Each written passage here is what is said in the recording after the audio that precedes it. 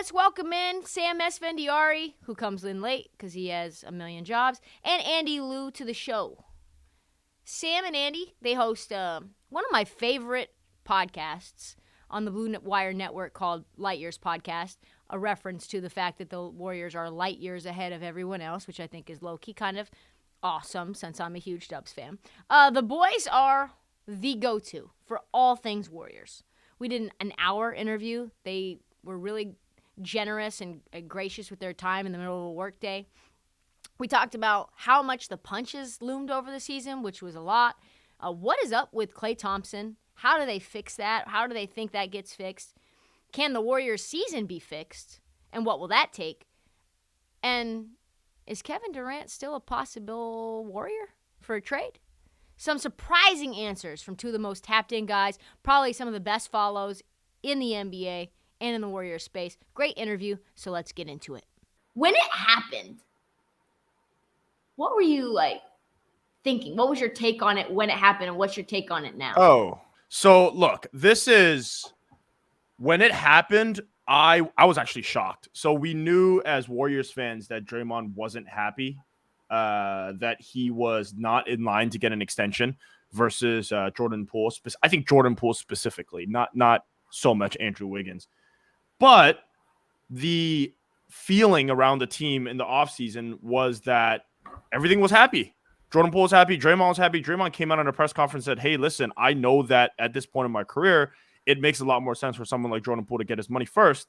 And so it was great. They went to Japan. Everyone was petting porcupines, and Draymond was speaking Japanese. It was all fun and games. And no less than a week later, he knocks Poole out. And I think with that punch, I do think it affects where the Warriors at today, especially emotionally, because everybody who, you don't need to be a Warriors fan to know that the Warriors are usually the happiest team in the NBA. You see Steph smiling no matter what happens on the court. Last night, Steph Curry dropped 50 points. I didn't see him smile one single time. Now, I'm not saying that's Draymond's fault, but I do think a lot of the emotions around the team, even though they're not fighting about that now, I think a lot of it is I think it's undermentioned that changed the trajectory of how this team was always going to feel going to the season. And, outside of Klay and Poole playing terribly, I think that Draymond punch really changed the way this team started the season. Do you feel like there was any real reason for it other than just normal smack talking? Because Draymond came out and was like, it had nothing to do with his contract. I don't care what another man makes. I don't count his pockets. Pure lies, I think, when he said that. I just, that's the only reason. I haven't, it's not that I have sources, but yet nobody has really heard otherwise, that it's something else. It's the fact that Draymond knows that he's the second most important player on the Warriors, second or third most important player. Maybe Andrew Wiggins has become the second, but he's certainly more important to them winning than in the last 5 years, and maybe even last season, than Jordan Poole, right? And I think he looks at that and says, I've only ever made max, $100 million on my contract. And here's this dude that's going to make $123 million guaranteed at 22 years old. He's lying. Everyone's lying if you're saying you don't look at that and realize, dude, I'm the best defensive player of my generation, and I can't get paid as much as this guy who doesn't impact winning, especially in the postseason, that I do. And honestly, Draymond's right? I would agree with him, but such is life. Life isn't fair, right? Life isn't fair is what I would say to Draymond. And these things are just going to happen. And I think it's fine to be mad, but man, he knocked the kid out, and then it leaked. And then it leaked, which I think made it a million times worse, because you've got Jordan Poole, he's not really a made man in the NBA. He's really still trying to figure it out, even though he's got this big contract. And I think you're seeing some of those effects. Like, he's getting attacked defensively. He's now the focal point of scouting reports along with Steph. And I think it's affecting the way he played. He went 0 for 5 last night in 27 minutes. Oh, the 0 is not an issue. Took 5 shots. Yeah. What are we doing here? That's insane. 2 points on the night.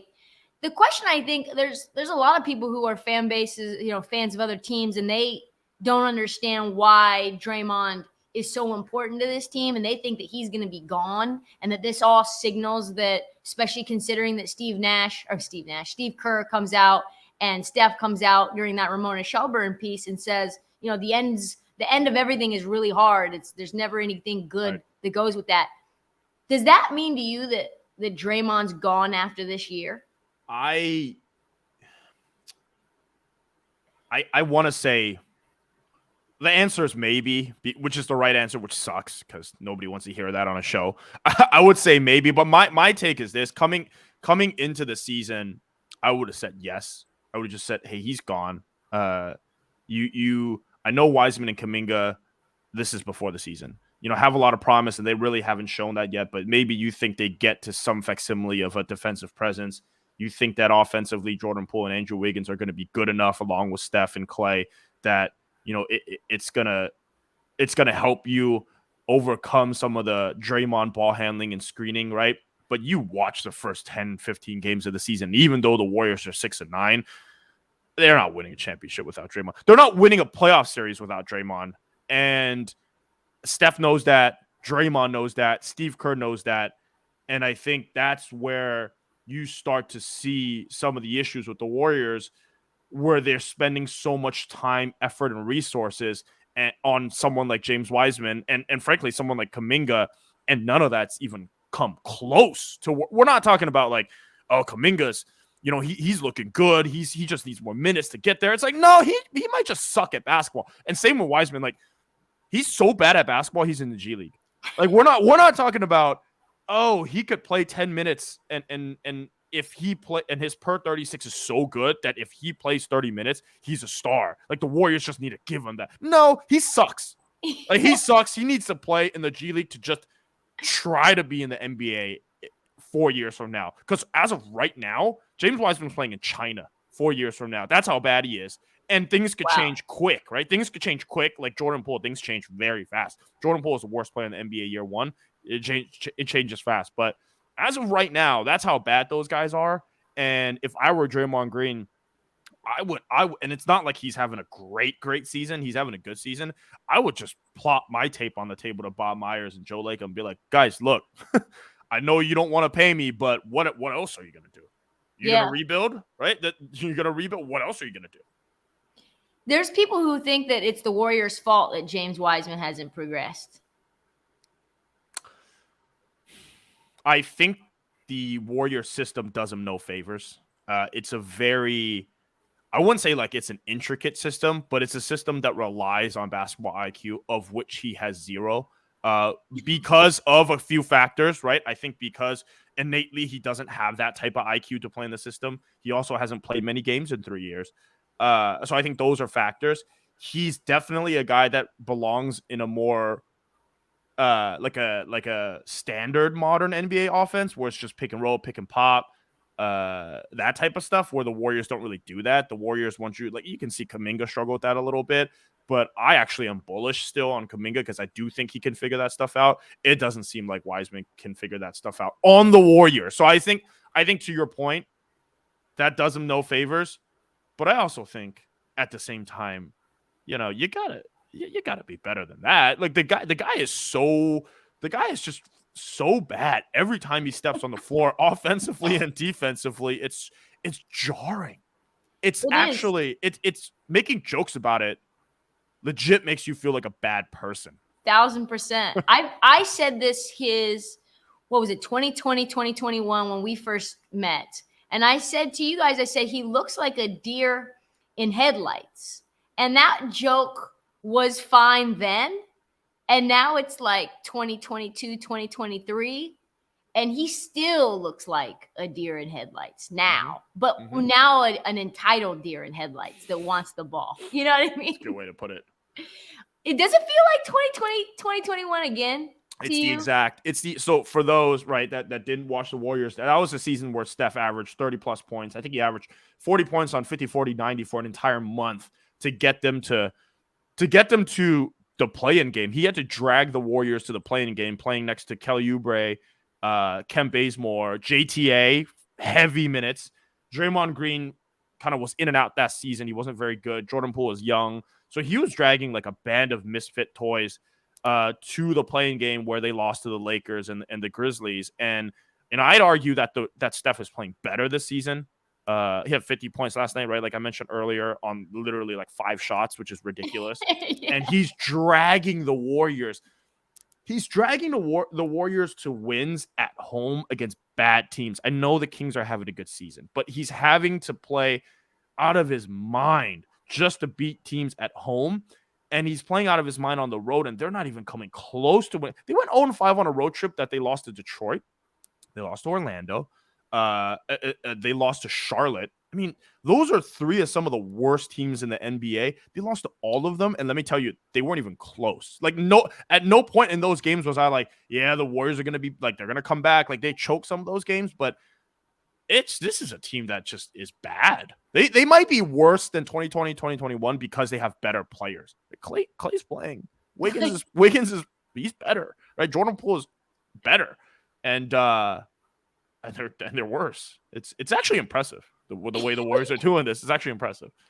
Yeah, that's crazy to me too, because if you look at offensively, they are 10th in offensive rating, but Steph is balling out to such a degree that if you were to take Steph and put him into like a regular night, they would have scored 102 points last night total, right? They scored 119 to 130. Yep, so 130.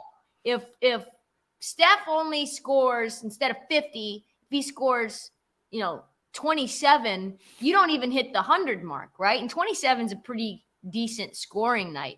Why do you think things look so stagnant? So as bad as I talked about the young kids being, those kids didn't play last night, and they went with a vet-heavy rotation. And Klay Thompson and Jordan Poole have been awful. Klay Thompson's more awful than Jordan Poole, but you've got 2 shooting guards. One of them shoots too much, and the other doesn't shoot. And that's really if Klay Thompson and Jordan Poole played to the same level that they did last season, this team right now 6-9, probably 9-6.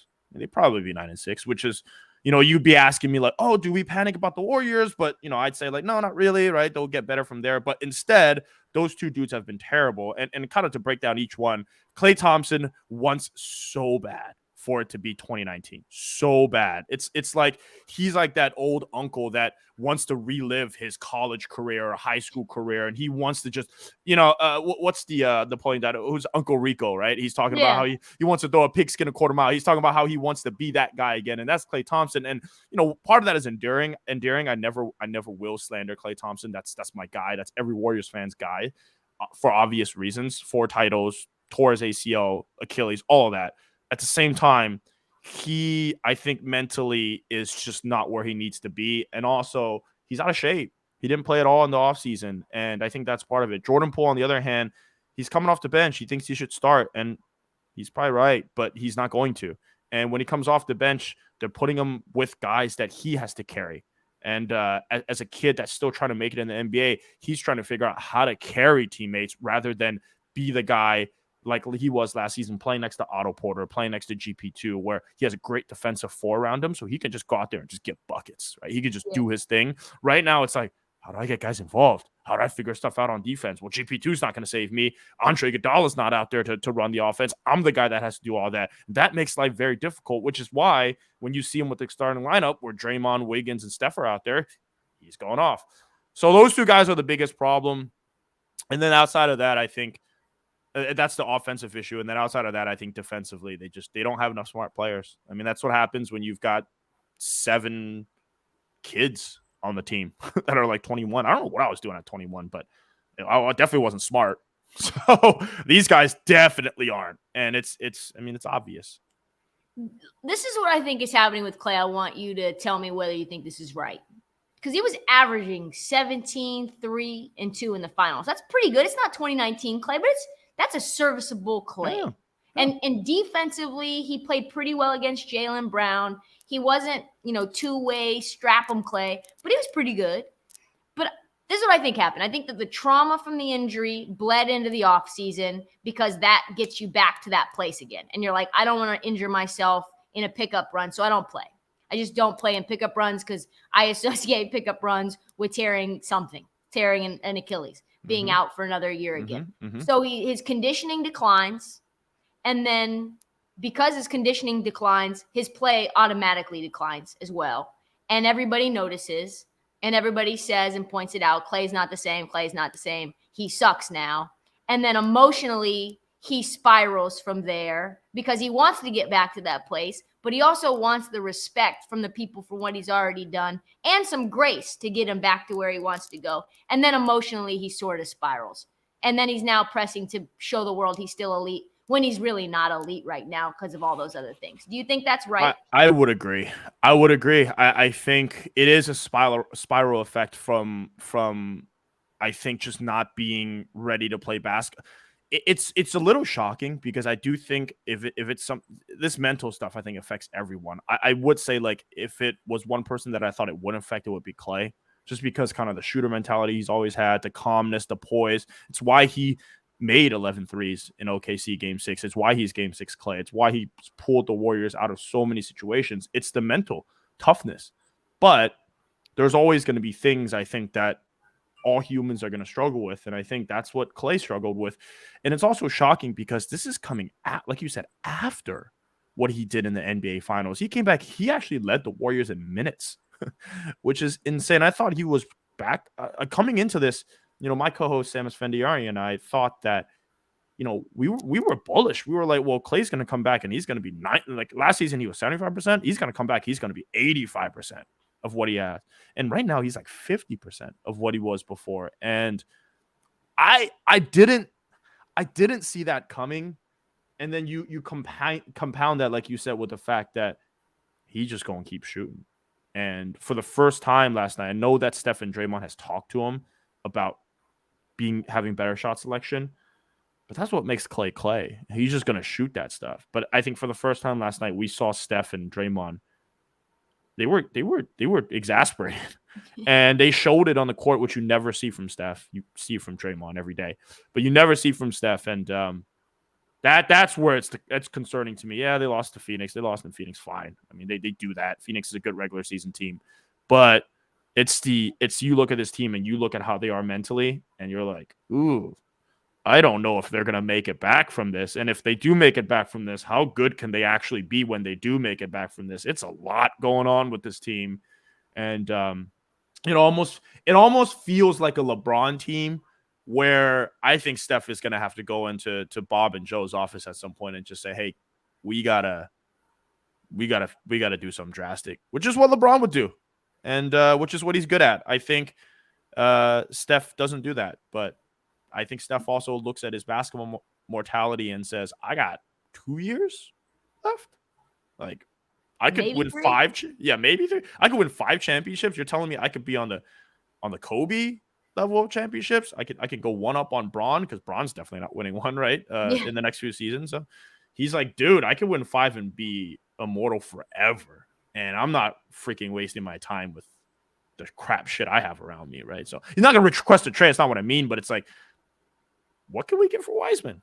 Yeah. What can we get for Kuminga? So. Do you think that urgency actually exists for him right this second, or do you forecast that urgency to have that move be made and to have that conversation is something that's going to take place in the future? I think both, actually. I do think there is urgency right now. They're 6-9. I mean, they're not that far out from home court advantage. I think they're only a couple games. But it's like, you watch the team. Just watch them. They're not a home court team. All you got to do is just watch them for 10 minutes. And and I think the trade deadline's in February. So it's Valentine's Day, right? So it's sometime in February. So they got some time. But by that time, though. I mean, are they going to be 500? I think they know they need to make a move. I think they know that. I think it's not even urgency. I think it's just fact. They're not winning the championship as is. But what is the move? Do they trade Wiseman for GP2? We don't want him. We don't want him. I think that's we don't want him. GP2 hasn't played yet. He hasn't played. But we don't want Wiseman. We know what Wiseman is. Yeah, Portland has incredible vibes. I watched some of the Portland games the last few weeks. Ugh. Simon's better than McCollum. Does he have a higher ceiling than McCollum? I think so, because he's 6'5", 6'6", instead of like 6'3". And then I think Shaedon Sharp's upside is just he seems cool. ridiculous. Yeah. He had, 14 points in 12 minutes the other night? Yeah. Just sick. And Jeremy Grant's a lot better than I thought, too, on this team specifically. And I think because you guys would love some Jeremy Grant right now, I tell you what. So Jeremy Grant is an interesting – so I've thought about this. Jeremy Grant, I think, is a classic – I think Kuminga is going to go through this, and which is why I'm not bullish on some of the kids as a Warrior. Jeremy Grant went to Detroit to do two things, right? He got his money and he got his buckets. And I think when you look at someone like Jonathan Kuminga wants two things right now. He doesn't want to sacrifice. He doesn't want to play team-winning basketball, and I get it. Right? I get it. He thinks he's a lot better than what he should be doing on the Warriors. He wants to get his contract, and he wants to get buckets. And you look at someone like Jalen Green, same thing, right? They get free reign to do whatever they want. But then you're talking about the third team. So you're talking about the team after that. So now Jeremy Grant's on Portland, and he's saying, you know what? I got my money. I got my points. I'm trying to win. And I think that guys like Wiseman and Kuminga are like 6 years away from that. They need to understand that they're not good enough to carry a team like that and win.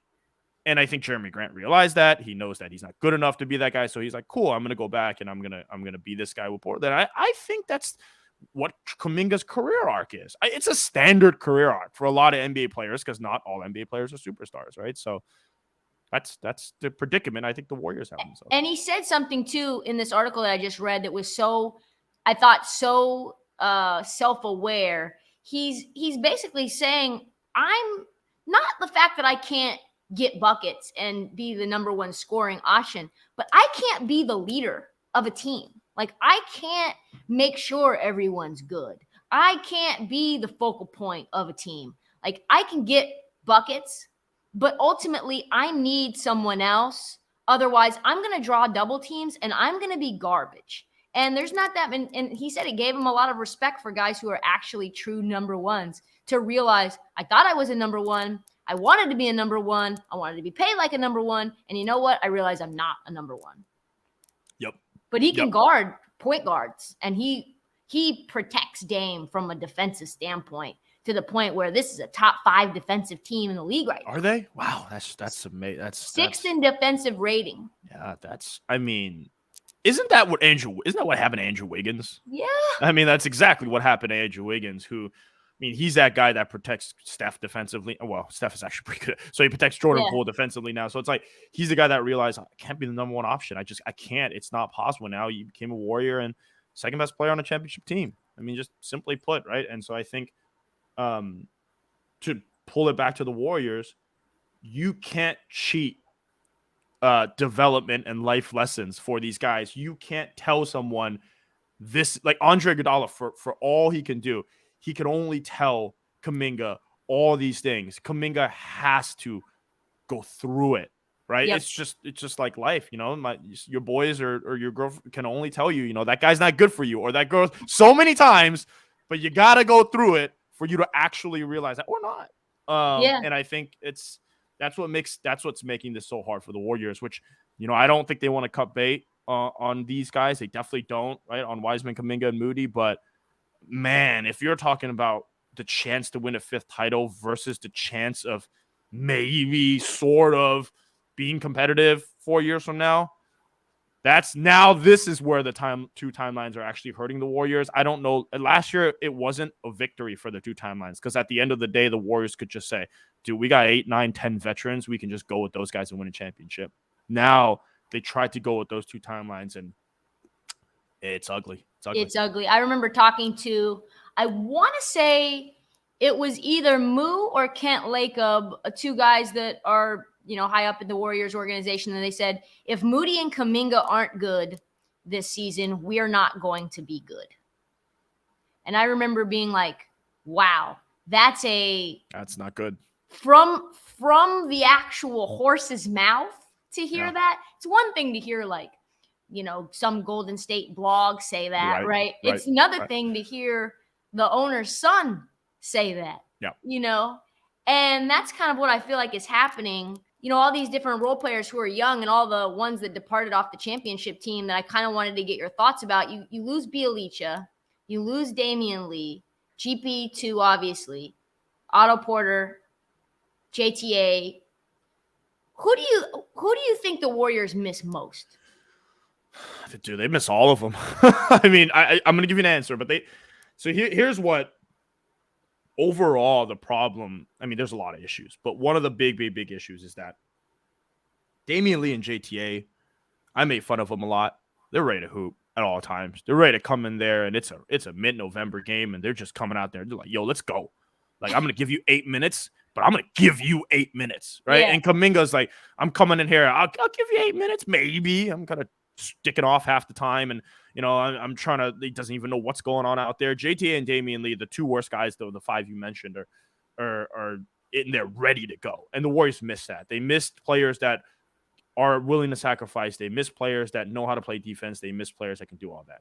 Now of those, I think when you talk about missing defense, they miss GP2 the most. They do. You can argue whether it's GP2 or Otto Porter, but I think it's GP2. They miss a guy that is a absolute game changer defensively, and he papered over a lot of the mistakes that Klay Thompson made, a lot of the mistakes that Jordan Poole made, and he just gave the Warriors another guy that made them a lethal defense. The Warriors were the best defense in the NBA when they could put GP2 out there. They put GP2, Klay, Draymond, Looney, and Wiggins out there. I mean, my God. I mean, that thing had Celtics in a chokehold. The Celtics look like they look like a JV team trying to dribble against GP2 and Wiggins and those guys, right? So I think they miss him the most. And I think to your point about Kent Lacob saying Moody and Kuminga need to play well, I think they thought that Kuminga would be that, like, some version of GP2 where it's like, I'm just going to be a dog and just hound guys and finish at the rim and just have that mindset. But Kuminga doesn't have that mindset, right? And then Moody's another guy that I think is just he's not fast enough. He's not quick enough to be that defensively. And then offensively, he shoots too much. And I think you put those two guys in, they just don't have the willingness to sacrifice an IQ offensively and defensively. So I think they miss GP2, which is why I think, they're talking about saying, like, hey, I don't think it'll happen. Like you said, I don't think Portland. Why would Portland do it? They're not rebuilding. Although I think, Nurkic, Wiseman, I don't know. Maybe that's your future center. But 2 timelines. Yeah, right. I don't know if Dame would. Actually, I don't know. Dame is very Steph-like, actually. But they miss GP2. They Dante DiVincenzo he's actually really good for the Warriors. They need more. They need more. The Warriors have the worst defense in the NBA, and it matches the eye test every second. It's 25th, but it looks like the bottom of the bottom, honestly.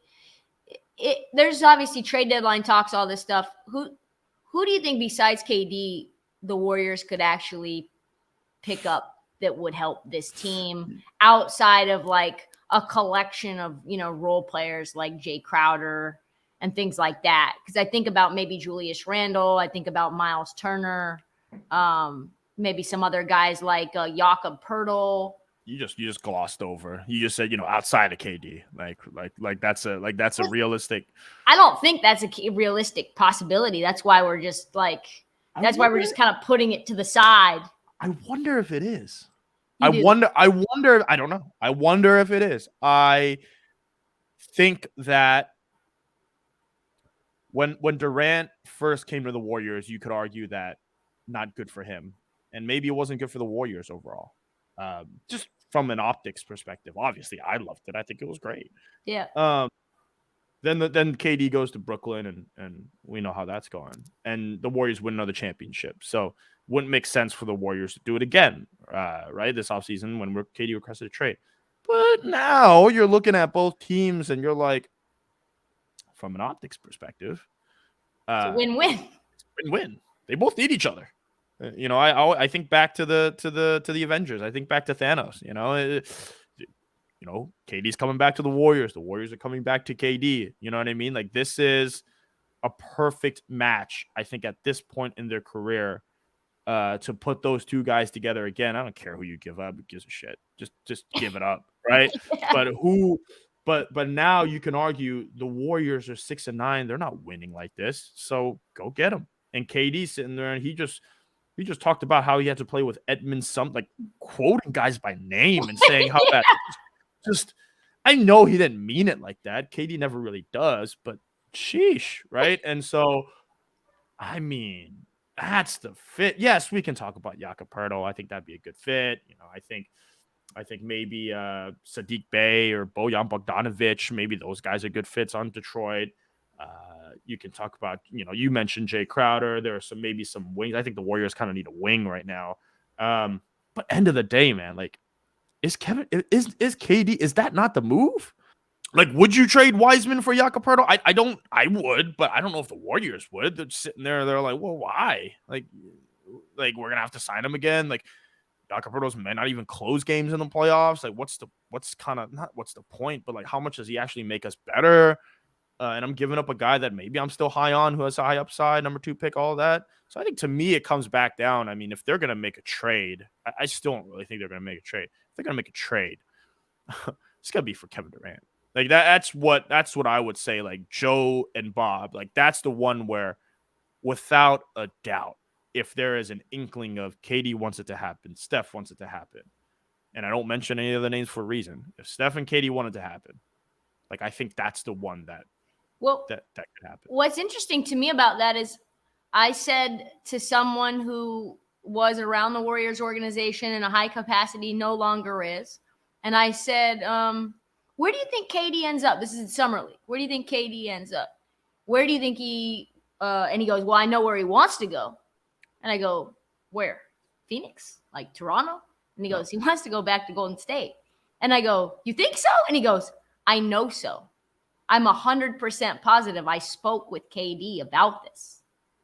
And then, he changes his mind so fast, so often. But that, and I don't think this person would lie. This person's, cream of the crop in terms of integrity. So that has surfaced through his mind at least one time, It doesn't surprise. I didn't know that, but it doesn't surprise me, right? I think for someone like him to realize you don't know what you have until it's now gone. I think there were like different reasons. I think part of the reasons that made him so miserable at Golden State was less so about Golden State, but what people were saying about him, what his own colleagues were saying about him. Klay had a quote that, I don't really care what media says about me. I care about what my peers say about me. And I think Klay's his peers love him. I think players love him. And I think that's, Klay is always going to be secure in that. I think part of KD's insecurity is that, some players feel that he took the easy way out. And I think that's what always made the run at Golden State tough. But now I think this is the opportunity for I mean, it's a fairy tale ending story for Warriors fans, right? And so I think, I just think it's almost like LeBron going back to Cleveland. It's not the same, because that was objectively a great story and a great ending. But if you're Durant and you have the opportunity to say, you know what, I can get out of Brooklyn, and also I can save Golden State. I mean, it's a perfect story. I think the Warriors would do it.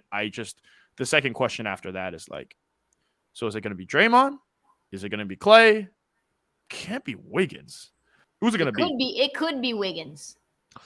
It could be Wiggins. That's tough, right? Because, I'm sitting here and I'm like, I would say Wiggins too, but he took a pay cut for the team, and I think part of what part of what good organizations do is you don't want to say, hey, you took a pay cut, now we're going to send you to Brooklyn, a shitty situation. I think that's tough. I think Bob Myers is not someone that would do that. But again, it's like, well, would they do that to Klay? Are they going to send him over there? So Draymond's probably your best bet, right? Because Draymond's the guy where you'll probably have the most friction with the front office. Draymond, Kuminga, Wiseman, picks. I think so. Yeah. I think so. And, Draymond can't yell at KD anymore, and Draymond can't punch a pool. But at the same time, it comes back down to this, though. Can you win a championship without that guy as your defensive anchor? I actually don't. I mean, look, you got Steph and KD. It solves, 99% of your problems. But outscoring. Yeah. I got a And soft spot Wiggins. for those And guys. if you're not giving up Wiggins, then you still have Wiggins and KD and Klay and possibly Steph and Poole and probably a collection of other role players that you'll get for nothing at the deadline, you know? Yeah. And Looney. Yeah, and Moody. Yeah, Moody. Or Looney. No. Or Looney. Yeah, Looney. So I did a thing with Locked On, like a cross promotion. And I previewed, I don't know if you know this, I previewed like all the NBA teams. And it was on all these different Locked On feeds. So I was listening to different Locked On feeds just to make sure that it was like in there. So I was listening, hand to God, before this all happened, to the Golden State Locked On feed. And I didn't really think much of it at all until you guys got caught, like you guys got strays from this same guy. He came after you guys for what reason? Like, is there a backstory here? It was just so unwarranted. I don't know how you get dragged into these things. You know, you got the KD stuff where you know he didn't like me for whatever reason, and I always go, you know, KD never talked to me. You guys know that, right? Like he never even acknowledged me. I don't take. I don't. This is not my 15 minutes of fame. I don't even. You know, I like the guy. The guy seems cool. He seems nice. But I never. Yeah, I don't know him, and he doesn't know me. So this really has nothing to do with us. But you know, people like drama. I like drama actually. So I'm not even gonna. I like drama. I like chaos. I like watching. You know, Love Is Blind. It's my shit. This stuff was funny. So here's what I think happened. I do think, you know, if you don't already, subscribe to the Light Years podcast. I think there's a lot of in Warriors Twitter, Warriors fandom, that people, because it's so passionate and the Warriors are so good, people tend to take different places, to take different stances. And I think there's a lot of fans that say, well, you can't criticize James Wiseman. He's too young. He's this and that. You got to be a real Warriors fan and cheer for the team. And then you've got the segment that are like, you know, we're going to stand behind Klay Thompson and this and that, and trust the front office no matter what, and all this. And I think there's a lot of fan policing that goes on, and I think people get really annoyed and jealous of Sam and I's show because we just tend to screw around and have fun. And I think a lot of people take this more seriously than they should. And I'm always like, we're just you know, dudes or women, you know, just sitting behind some mics and chopping the shit up. And I think people take it too serious. So, guy's obviously emotional. He's obviously jealous of the Light Years podcast. It's fine. But it's oh my dude. Hey guys. I'm out. We got How you doing? Yes. I have a guess as to who Andy was talking about. It sounds like our old friend. Do you think there's this like dislike by old school media to this non-media coverage that happens to be wildly popular and successful, especially on the places where it matters most, like social media? I think I only see it from people who are in old media who are unsuccessful, because Andy and I have great relationships with a lot of the more senior writers who are doing very well. They hop on our show, they get what we do. You know, they treat us like we're just another like radio show or talk show. If they go on, they understand it's a good way to, you know, get their content out there to the masses. It's really only like the subset of people who are insecure about their own job and, you know, maybe are not well read or maybe are not resonating that seem to have this beef. Like I was saying, it's Sam and I just have fun. We don't take it. We like hearing from fans. We don't agree. I don't even agree with Sam half the time, but it doesn't really matter, right? I think a lot of the times, a lot of media don't. They just want people to agree with them. They're just like, hey, like we want people. We feel like we are smarter than you, and what we say is more important. Whereas I do think Sam and I sit here and we're just like, nah, or at least for me, I just say shit. Like, hey, whether people like it or not, I don't really care. I'll just say stuff. And it just turns out people like hearing it. And I will never say I'm right. Obviously, when I'm right, I'll say I'm right. When I'm wrong, I never say anything, obviously. But outside of that, I think I obviously believe what I say is true. That doesn't mean I have 100% hit rate. Like everyone else, I have my misses. You know, like the obvious one would be like Andrew Wiggins. I did not see his play coming around the way I thought it would. But like, it's life, you know. You We all guys have were takes. you guys were very mad at me when I said James Wiseman was a deer in headlights and would never develop. And here we are 2 years later, and you guys are now You in the limelight. called your shot early. I did. I was willing to give him a little time. I know. As was I. I mean, I'll give my one Wiseman take. Nothing. I don't think he wants to be a center. I think he thinks he's a guard. I think watching him, and it's just frustrating because it's like they want him to do center things, and you see all he wants to do is like try to be Kevin Durant. What are you guys most optimistic about? Steph winning the MVP? You know that it's so far that at that point, like I don't. It'd be cool, but I don't care. It also probably means the Warriors, like the Warriors. Steph winning the MVP probably means that he scored. I mean, we're watching it. He's scoring a lot of points. Stats are great, but the team sucks. Team sucks. You know. I don't know, Sam. It's a dark time in the Bay Area, which is sad. They just won a championship 4 months ago. I would say the reason to be optimistic is their starting lineup still kind of kills most teams. So like, yes, they're not going to win a title with this roster, but they need to tweak the bench, which I think is easier than being like, yeah, we need like another superstar, you know, that's a little harder. So like, if I was to hold on to optimism, it's like they should be able to find an Otto Porter or, you know, someone like that in the trade market. And potentially that's the kind of thing that gets them moving in a good direction. But I don't even know if I believe that. So that's just me. That's just me. You're asking me, give me the optimistic spin. That's my optimistic spin. Do you think that a valuable defensive role player unlocks Jordan Poole, or does Jordan Poole's psyche command him to start? No, I mean, I think if you put smarter players around him who can defend, he will look more like the Jordan Poole we saw last year. He played really well off the bench last year. He also played well as a starter. And like 90% of the reason he plays well as a starter is because who do they have in the starting lineup? Steph. Smart defenders also. You know, also Steph. Everyone plays better with Steph. But it's like, playing next to Wiggins, Draymond, Looney, that type of stuff, like it's different than playing next to Anthony Lamb, who no one knew about a month ago. And whatever, you know, non-voting age youngster they want to throw out there with him, right? Reddit Warriors asked me for I think they have the next 12 games, but the next 10. How many wins do you think? What do you think the record is? 5-5. I would say like 5-5. Yeah, I go 5-5 too. This team just screams 500. It's like Steph goes for 50, and maybe it's enough, and maybe it's not. How do they get the good vibes back? How do we get the like happiness vibes back? No one's happy, right? No one's. Whoa. Bring back Juan Toscano Anderson. Where's Kent Bazemore at? I mean, seriously. Honestly, though, like vets who embrace being bench vets and don't really give a shit about their stats because they know that like their role is to be the good vibes guy probably would help instead of a bunch of kids who are like butthurt they're not getting the minutes they think they deserve.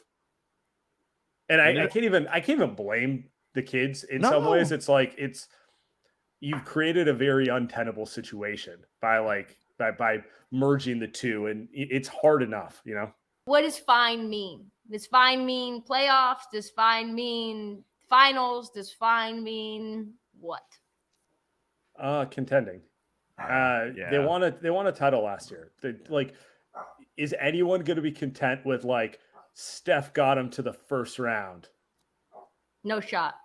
You know, it's just like you know that there's a core of a title team here. Like they did it with at least 6 of these players. They just need to figure it out around those guys is my bigger thing. Steph, I think this is the year Steph is going to ask for change. Like I was saying it earlier, Sam. He knows it's 1 year left, 2 years left. There's not much left in the tank for Steph Curry. I know we think he can go to 40, but there's not much left in the tank. It's the LeBron. It's like the LeBron. There's 2-3 years left, and if he wins 5, I mean, you know. Well, and that's the larger point. Fuck them kids. even if they drafted correctly, so who's the best player available at number 2? Probably LaMelo. Who is the best player available at number Tyrese Halliburton 7? would have been better than Yeah, LaMelo. Sure. Well, either way. Or like, Franz Wagner the following year. Neither of those guys are ever going to be Steph Curry. And that's kind of the point. Yeah, even if they nailed those picks and they were productive players, this team's in better position.